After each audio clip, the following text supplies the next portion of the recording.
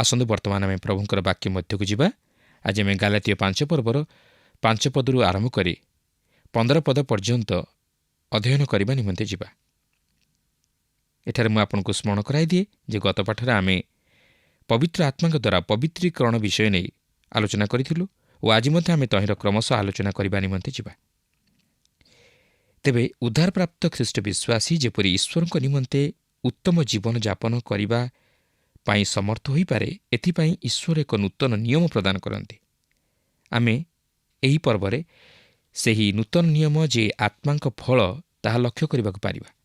ଆଉ ଏହା ମଧ୍ୟ ଈଶ୍ୱରଙ୍କ ଅନୁଗ୍ରହର ଦାନ। ଆମ୍ଭେମାନେ ଅନୁଗ୍ରହରେ ଉଦ୍ଧାରପ୍ରାପ୍ତ ହୋଇଅଛୁ ଓ ଆମମାନଙ୍କୁ ସେହି ଅନୁଗ୍ରହର ଅଧୀନରେ ଜୀବନଯାପନ କରିବାକୁ ହେବ। ଆଉ କେବଳ ସେହି ଖ୍ରୀଷ୍ଟଙ୍କଠାରେ ବିଶ୍ୱାସ କରିବା ଦ୍ୱାରା ଆମମାନେ ତାହା ପ୍ରାପ୍ତ ହୋଇପାରିବା, କିନ୍ତୁ ବ୍ୟବସ୍ଥା ପାଳନ କରିବା ଦ୍ୱାରା ନୁହେଁ। ତେବେ ଦେଖନ୍ତୁ 5 ପର୍ବର 5 ପଦରେ ଏହିପରି ଲେଖା ଅଛି, କାରଣ ଆମ୍ଭେମାନେ ଆତ୍ମାଙ୍କ ଦ୍ୱାରା ବିଶ୍ୱାସ ହେତୁ ଧାର୍ମିକତା ପ୍ରାପ୍ତିର ଆଶାରେ ଅପେକ୍ଷା କରୁଅଛୁ। ପାଉଲ ଏଠାରେ କହିବାକୁ ଚାହାନ୍ତି ଯେ ଖ୍ରୀଷ୍ଟ ବିଶ୍ୱାସୀମାନେ ଏହି ଜୀବନରେ ସେହି ଧାର୍ମିକତାର ସ୍ତରରେ ପହଞ୍ଚିବା ନିମନ୍ତେ ସମର୍ଥ ହୋଇପାରିବେ ନାହିଁ, ଅର୍ଥାତ୍ ସେମାନେ ସମ୍ପୂର୍ଣ୍ଣ ସିଦ୍ଧ ହୋଇପାରିବେ ନାହିଁ କି ପବିତ୍ର ହୋଇପାରିବେ ନାହିଁ। ମାତ୍ର ସେମାନେ ଖ୍ରୀଷ୍ଟଙ୍କଠାରେ ବିଶ୍ୱାସରେ ସ୍ଥିର ରହିଲେ ସେହି ଧାର୍ମିକତାର ପଥରେ ଅଗ୍ରସର ହେବା ନିମନ୍ତେ ସମର୍ଥ ହୋଇପାରିବେ। କାରଣ ସେ ଧାର୍ମିକତା ପ୍ରାପ୍ତିର ଆଶା ହେଉଛନ୍ତି ପ୍ରଭୁ ଯୀଶୁଖ୍ରୀଷ୍ଟ ଓ ସେ ଆମମାନଙ୍କ ନିମନ୍ତେ ସେହି ଧାର୍ମିକତା ସ୍ୱରୂପ ହୋଇଅଛନ୍ତି। ପ୍ରିୟ ବନ୍ଧୁ, ଆମେ ପ୍ରକୃତରେ କେହି ସିଦ୍ଧ ନୁହୁଁ, କେବେ ଧାର୍ମିକ ନୁହୁଁ। ମାତ୍ର ସେହି ଧାର୍ମିକତା ପ୍ରାପ୍ତିର ଆଶାର ଅପେକ୍ଷାରେ ରହି ଖ୍ରୀଷ୍ଟ ଯୀଶୁଙ୍କଠାରେ ବିଶ୍ୱାସରେ ସ୍ଥିର ରହି ସେହି ପଥରେ ଅଗ୍ରସର ହେବାକୁ ହେବ। କାରଣ ଖ୍ରୀଷ୍ଟ ଆମମାନଙ୍କ ନିମନ୍ତେ ଧାର୍ମିକତା ସ୍ୱରୂପ। ମୁଁ ଭାବେ ପାଉଲ ଏଠାରେ ଏହିପରି କହିବାର କାରଣ ହେଉଛି ଯେ ଖ୍ରୀଷ୍ଟ ବିଶ୍ୱାସୀମାନେ ଏହି ଜୀବନରେ ସେହି ସିଦ୍ଧତାରେ ପହଞ୍ଚିବାକୁ ଯାଉନାହାନ୍ତି। ଆଉ ମୁଁ ଜାଣେ ଆଜି ସବୁଠାରୁ ବଡ଼ ଦୁର୍ବଳତାର ବିଷୟ ହେଉଛି ମନୁଷ୍ୟ ଭାବେ ଯେ ସେ ସେହି ସିଦ୍ଧତାରେ ପହଞ୍ଚି ପାରିଛି ଓ ସେ ପୂରାପୂରି ଠିକ୍ ଅଛି। କିନ୍ତୁ ଯେଉଁମାନେ ଏହିପରି ନିଜକୁ ଭାବନ୍ତି ଯେ ସେମାନେ ସେହି ସିଦ୍ଧତାରେ ପହଞ୍ଚି ପାରିଛନ୍ତି ବୋଲି, ସେମାନେ ଆମମାନଙ୍କ ପରି ଦୁର୍ବଳ, ଯାହାକି ସେମାନେ ନିଜେ ଜାଣନ୍ତି ନାହିଁ। ତେବେ 5 ପର୍ବର 6 ପଦରେ ଏହିପରି ଲେଖା ଅଛି, ଯେଣୁ ଖ୍ରୀଷ୍ଟ ଯୀଶୁଙ୍କ ସହଭାଗିତାରେ ସୁନ୍ନତ କି ଅସୁନ୍ନତ କିଛି ନୁହେଁ, କିନ୍ତୁ ପ୍ରେମରେ କାର୍ଯ୍ୟସାଧକ ବିଶ୍ୱାସ ହିଁ ସାର। କୌଣସି ବିଧିବିଧାନ ଖ୍ରୀଷ୍ଟୀୟ ଜୀବନଯାପନ କରିବାରେ ସହାୟକ ହୋଇପାରିବ ନାହିଁ, ମାତ୍ର ପ୍ରେମରେ କାର୍ଯ୍ୟସାଧକ ବିଶ୍ୱାସ ହିଁ ସହାୟକ ହୋଇପାରିବ। ବିଶ୍ୱାସ ପ୍ରେମ ଦ୍ୱାରା କାର୍ଯ୍ୟ ସାଧନ କରିବ ଓ ସେହି ପ୍ରେମ ପବିତ୍ର ଆତ୍ମାଙ୍କ ଫଳ ସ୍ୱରୂପ ହେବ। ଏହା ହିଁ ବାସ୍ତବ ଖ୍ରୀଷ୍ଟୀୟ ଜୀବନଯାପନ କରିବା ନିମନ୍ତେ ସହାୟକ ହୋଇପାରିବ। ଏହାପରେ 7 ପଦରେ ଲେଖା ଅଛି, ତୁମେମାନେ ତ ଉତ୍ତମ ରୂପେ ଦୌଡ଼ୁଥିଲ, କିଏ ତୁମମାନଙ୍କୁ ବାଧା ଦେଲା ଯେ ସତ୍ୟର ଅବାଧ୍ୟ ହୋଇଅଛ? ପାଉଲ ଏଠାରେ ସେହି ଗାଲାତୀୟ ଖ୍ରୀଷ୍ଟ ବିଶ୍ୱାସୀମାନଙ୍କୁ ଅନୁଯୋଗ କରନ୍ତି, କାରଣ ସେହି ଜିହୁଦୀୟ ଭ୍ରାନ୍ତ ଶିକ୍ଷକମାନଙ୍କର ଶିକ୍ଷାରେ ପରିଚାଳିତ ହୋଇ ସେମାନେ ସେହି ସତ୍ୟ ଅର୍ଥାତ୍ ସୁସମାଚାର, ଯାହାକି ବ୍ୟକ୍ତିଗତ ଭାବେ ପ୍ରଭୁ ଶ୍ରୀଖ୍ରୀଷ୍ଟଙ୍କୁ ଉପସ୍ଥାପିତ କରେ, ତହିଁରୁ ବିମୁଖ ହୋଇଥିଲେ। 8 ପଦରେ ଲେଖା ଅଛି, ତୁମମାନଙ୍କ ଆହ୍ୱାନକର୍ତ୍ତାଙ୍କଠାରୁ ଏହି ପ୍ରବର୍ତ୍ତନା ଆସିନାହିଁ। ପାଉଲ କହନ୍ତି ଏହି ଶିକ୍ଷା ଖ୍ରୀଷ୍ଟଙ୍କଠାରୁ ଆସିନାହିଁ, ମାତ୍ର ଅନ୍ୟ କାହାଠାରୁ ଆସିଅଛି। 9 ପଦରେ ଲେଖା ଅଛି, ଟିକିଏ ବୋଲି ଖମିର ପିଣ୍ଡୁଳାଯାକ ଖମିରମୟ କରିଦିଏ। ଆପଣ ଦେଖନ୍ତୁ, ଏହି ଖମିର ପୁରାତନ ଓ ନୂତନ ନିୟମରେ ପ୍ରାୟ ସବୁ ସ୍ଥାନରେ ମନ୍ଦ ଅର୍ଥରେ ଦୃଷ୍ଟାନ୍ତ ଛଳରେ ବ୍ୟବହାର କରାଯାଇଅଛି। ଏହି ଖମିର ବା ତାଡ଼ି ରୁଟିକୁ ଫୁଲାଇବାରେ ଓ ସ୍ୱାଦଯୁକ୍ତ କରାଇବାରେ ସାହାଯ୍ୟ କରେ, କିନ୍ତୁ ପବିତ୍ର ଧର୍ମଶାସ୍ତ୍ରରେ ଏହାକୁ ପାପ ବା ଭ୍ରାନ୍ତ ଶିକ୍ଷା ବା ମନ୍ଦ ବିଷୟ ସହିତ ତୁଳନା କରାଯାଏ, ଯାହାକି ମନୁଷ୍ୟ ନିମନ୍ତେ ଅତି କ୍ଷତିକାରକ। ଅନ୍ୟ ଅର୍ଥରେ କହିବାକୁ ଗଲେ ପାଉଲ ଏଠାରେ ଏହି ଖମିରକୁ ଭ୍ରାନ୍ତ ଶିକ୍ଷା ସହିତ ତୁଳନା କରନ୍ତି, ଯାହାକି ଧାର୍ମିକତା ପ୍ରାପ୍ତି ନେଇ ବ୍ୟବସ୍ଥା ଭିତ୍ତିକ ଥିଲା।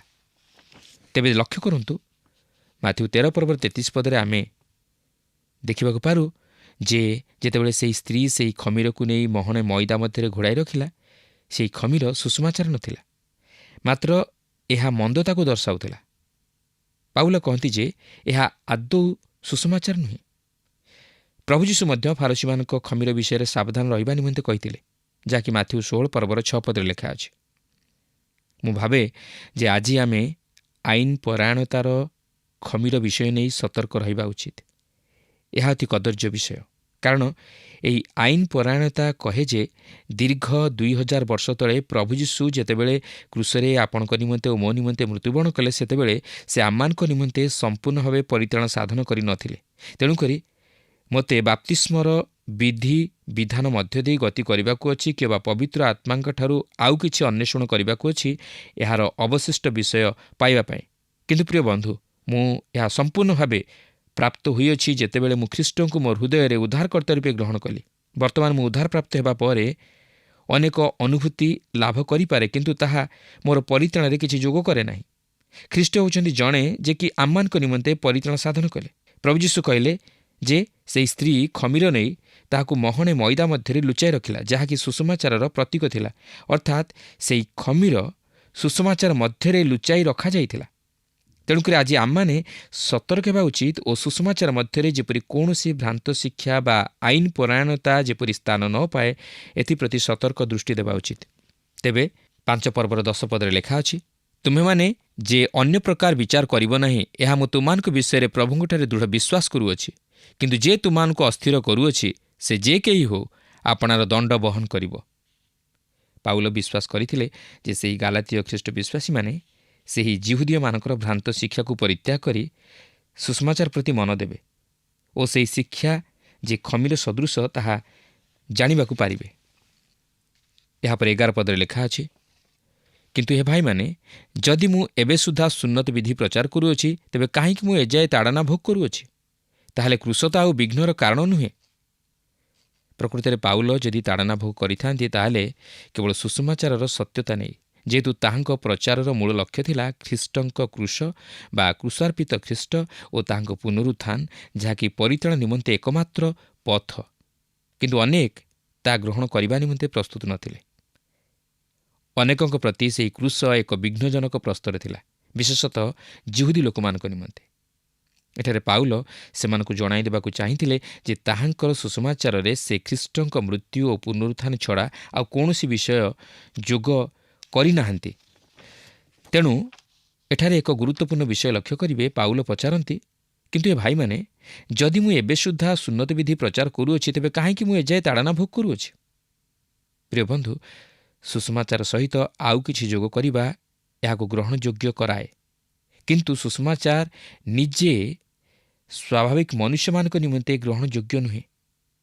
ସୁସମାଚାର ପ୍ରଚାର କେତେକଙ୍କୁ ଶତ୍ରୁରେ ପରିଣତ କରାଇପାରେ। କାରଣ ପାଉଲ ନିଜେ ପଚାରନ୍ତି, ମୁଁ ଯଦି ସୁସମାଚାର ମଧ୍ୟରେ କିଛି ଯୋଗ କରେ, ତାହେଲେ ମୁଁ କାହିଁକି ଏଯାଏ ତାଡ଼ନା ଭୋଗ କରୁଅଛି? ପାଉଲ କହନ୍ତି, ତାହେଲେ କୃଶତା ଆଉ ବିଘ୍ନର କାରଣ ନୁହେଁ। ପ୍ରକୃତିରେ ମନୁଷ୍ୟ ନିଜ ମଧ୍ୟରେ ଯେଉଁ ସମସ୍ତ ବିଷୟ ନେଇ ଗର୍ବ କରେ, ସେହି ସମସ୍ତ ବିଷୟ ପ୍ରତି କୃଶ ହିଁ ବିଘ୍ନର କାରଣ ହୁଏ। ଏହା ତାହାର ନୈତିକତା ପ୍ରତି ବିଘ୍ନର କାରଣ, କାରଣ ଏହା ତାହାକୁ କହେ ଯେ ସେ ତାହାର କର୍ମ ନେଇ କେବେ ହେଲେ ଧାର୍ମିକ ଗଣିତ ହୋଇପାରିବ ନାହିଁ। ଏହା ତାହାର ଦାର୍ଶନିକ ଚିନ୍ତାଧାରା ପ୍ରତି ବିଘ୍ନର କାରଣ, କାରଣ ଏହା ହେତୁବାଦକୁ ନୁହେଁ, ମାତ୍ର ବିଶ୍ୱାସ ଉପରେ ଗୁରୁତ୍ୱାରୋପ କରେ। ଏହା ମନୁଷ୍ୟର ସଂସ୍କୃତି ପ୍ରତି ବିଘ୍ନର କାରଣ, କାରଣ ଏହାର ସତ୍ୟତା ଶିଶୁମାନଙ୍କ ପ୍ରତି ପ୍ରକାଶିତ ହୋଇଅଛି। ଏହା ତାହାର ଜାତିଗତ ଚିନ୍ତାଧାରା ପ୍ରତି ବିଘ୍ନର କାରଣ, କାରଣ ଈଶ୍ୱର ଦିନହୀନ ଓ ନମ୍ର ଲୋକମାନଙ୍କୁ ପସନ୍ଦ କରନ୍ତି। ଏହା ତାହାର ଇଚ୍ଛା ପ୍ରତି ବିଘ୍ନର କାରଣ, କାରଣ ଏହା ସର୍ତ୍ତବିହୀନ ଆତ୍ମସମର୍ପଣ ନିମନ୍ତେ ଆହ୍ୱାନ ଦିଏ। ଏହା ତାହାର ଅହଙ୍କାର ପ୍ରତି ବିଘ୍ନର କାରଣ, କାରଣ ଏହା ମନୁଷ୍ୟ ହୃଦୟର ଅତ୍ୟଧିକ ପାପପୂର୍ଣ୍ଣ ବିଷୟକୁ ଦେଖାଇଦିଏ। ଆଉ ଏହା ତାହାର ନିଜ ପ୍ରତି ବିଘ୍ନର କାରଣ, କାରଣ ଏହା ତାହାକୁ ପୁନର୍ଜନ୍ମ ହେବାକୁ କହେ। ଆପଣ ଜାଣନ୍ତି, ତାହା ପୂରାପୂରି ଫାରୁସୀ ନିକୋଦିମଙ୍କୁ ଅପମାନିତ କରୁଥିଲା। ଯେଉଁ ରାତ୍ରିରେ ଯେତେବେଳେ ପ୍ରଭୁ ଯୀଶୁ ତାହାଙ୍କୁ କହିଲେ ତାହାଙ୍କୁ ପୁନର୍ଜନ୍ମ ପ୍ରାପ୍ତ ହେବାକୁ ହେବ, ସେହି ଏକା କାରଣ ନିମନ୍ତେ ଆଜି ପ୍ରଭୁଙ୍କର ଅନେକ ସେବକମାନେ ଯେଉଁମାନେ ପୁନର୍ଜନ୍ମ ବିଷୟରେ ପ୍ରଚାର କରନ୍ତି, ସେମାନେ ସେମାନଙ୍କ ଉପାସକ ଦଳ ମଧ୍ୟରେ ସମସ୍ୟାର ସମ୍ମୁଖୀନ ହୁଅନ୍ତି। କେତେକ ସଦସ୍ୟ ପୁନର୍ଜନ୍ମ ବା ନୂତନ ଜନ୍ମ ପ୍ରାପ୍ତ ହେବାକୁ ଇଚ୍ଛା କରନ୍ତି ନାହିଁ।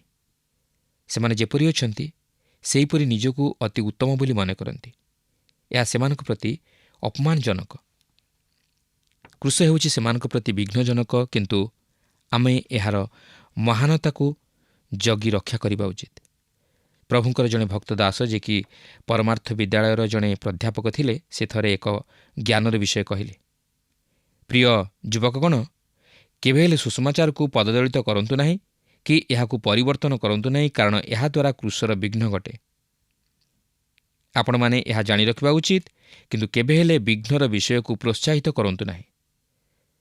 ପ୍ରକୃତରେ ବେଳେବେଳେ ଆମେ ଯେଉଁପରି ଭାବେ ସୁଷମାଚାର ବିତରଣ କରୁ, ତଦ୍ୱାରା ଆମେ ସୁଷମାଚାର ପ୍ରତି ବିଘ୍ନ ଆଣିଥାଉ। ପ୍ରଭୁ ଆମମାନଙ୍କୁ କ୍ଷମା କରନ୍ତୁ। ଆମେ ବିଘ୍ନର କାରଣ ନ ହେଉ, ମାତ୍ର ସୁଷମାଚାର ସେମାନଙ୍କ ପ୍ରତି ବିଘ୍ନର କାରଣ ହେଉ। ଏହାପରେ 5 ପର୍ବର 12 ପଦରେ ଲେଖା ଅଛି, ଯେଉଁମାନେ ତୁମମାନଙ୍କୁ ଅସ୍ଥିର କରୁଅଛନ୍ତି ସେମାନେ ସମ୍ପୂର୍ଣ୍ଣ ଅଙ୍ଗହୀନ ହେଲେ ଭଲ ହୁଅନ୍ତା।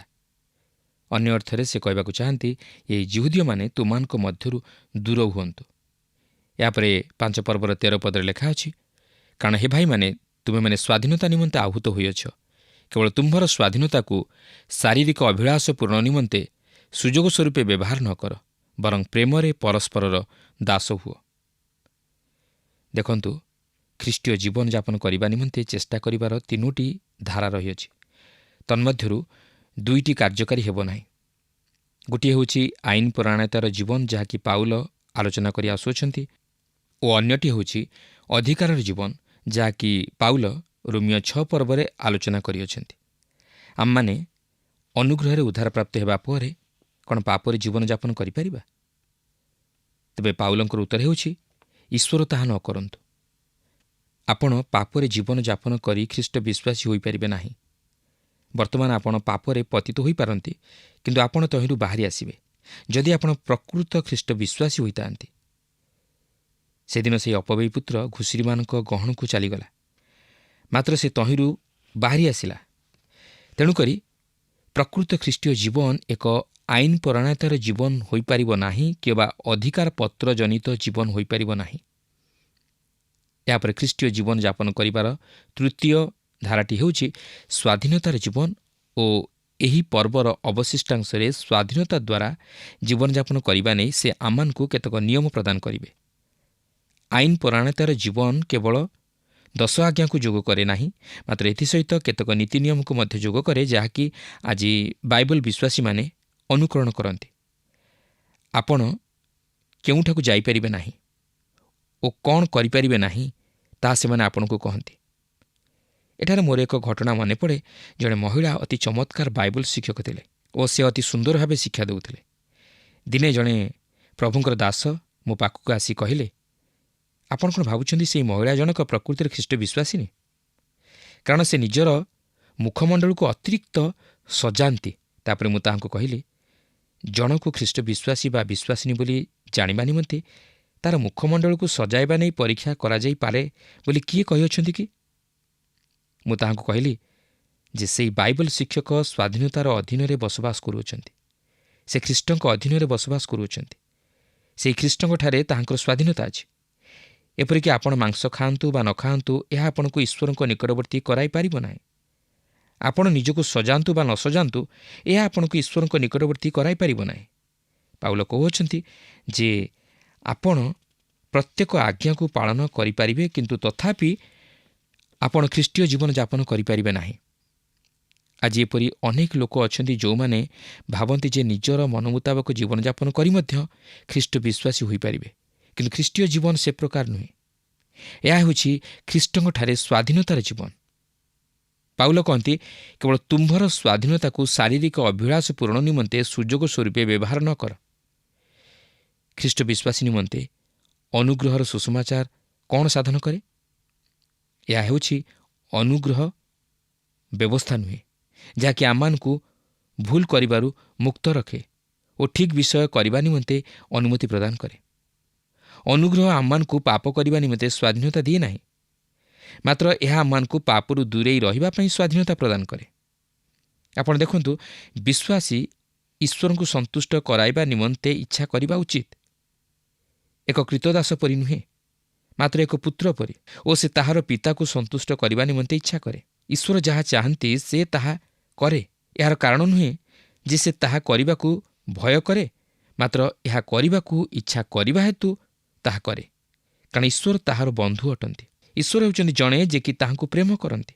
ସେ ଈଶ୍ୱରଙ୍କର ସେବା କରେ, କିନ୍ତୁ ବ୍ୟବସ୍ଥାର ଚାପ ହେତୁ ନୁହେଁ, ମାତ୍ର ତାହାର ନିଜ ମଧ୍ୟରେ ଥିବା ଏକ ମହାନ ନିୟମ ହେତୁ, ଏପରିକି ତାହାର ନିଜ ମଧ୍ୟରେ ଥିବା ଖ୍ରୀଷ୍ଟଙ୍କ ଜୀବନ ହେତୁ।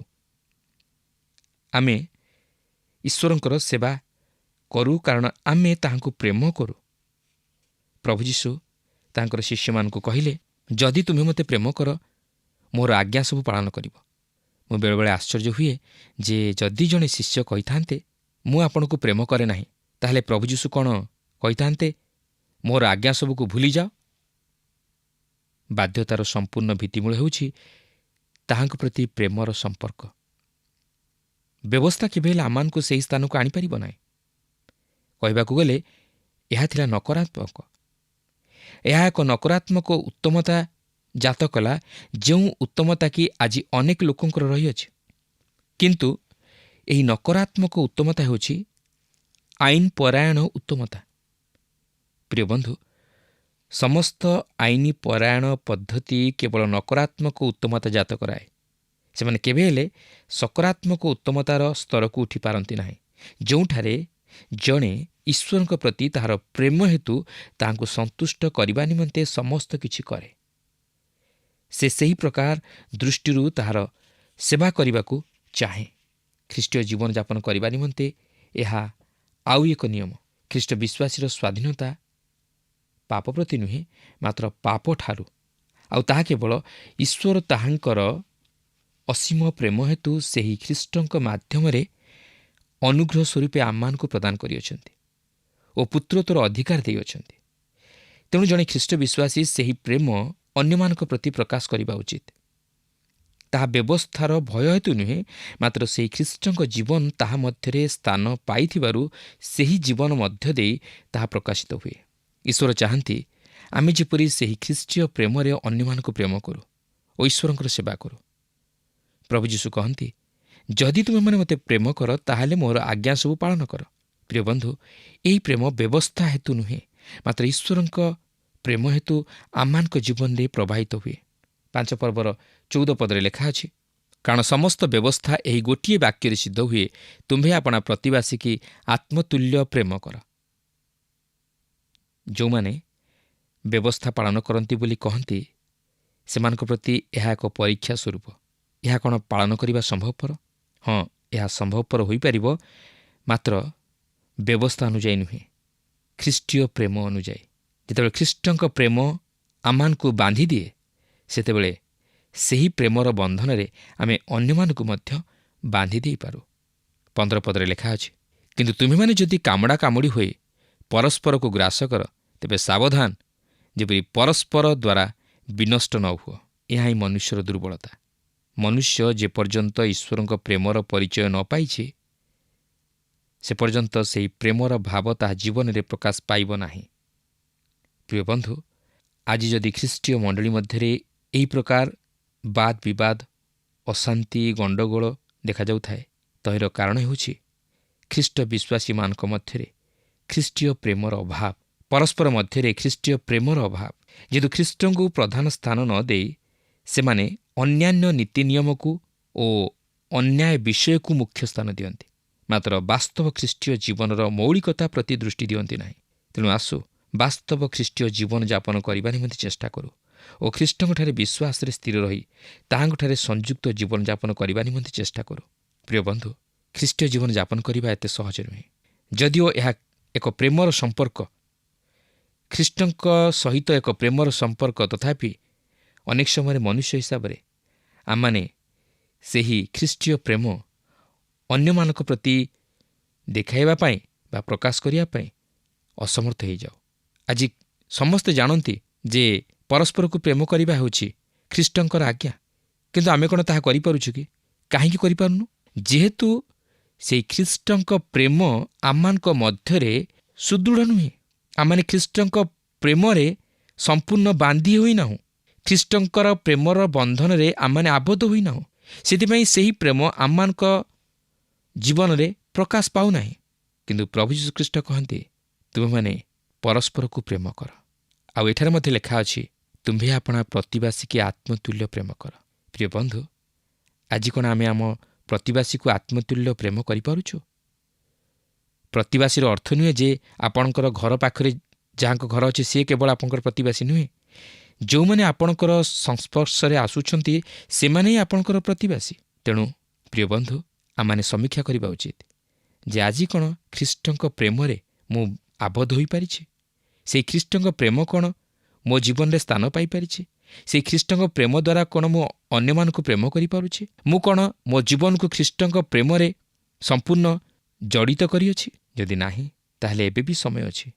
ଆମମାନେ ସେହି ଖ୍ରୀଷ୍ଟଙ୍କ ପ୍ରେମରେ ନିଜକୁ ପ୍ରଥମେ ଜଡ଼ିତ କରୁ ଏବଂ ସେହି ପ୍ରେମ ଅନ୍ୟମାନଙ୍କ ପ୍ରତି ପ୍ରକାଶ କରି ସେମାନଙ୍କୁ ସେହି ବିନାଶର ପଥରୁ ରକ୍ଷା କରୁ। ତାହେଲେ ପ୍ରଭୁ ଆମମାନଙ୍କର ଜୀବନ ଦ୍ୱାରା ଗୌରବାନ୍ୱିତ ହୋଇପାରିବେ। ପ୍ରଭୁ ଆମ ପ୍ରତ୍ୟେକଙ୍କୁ ଆଶୀର୍ବାଦ କରନ୍ତୁ।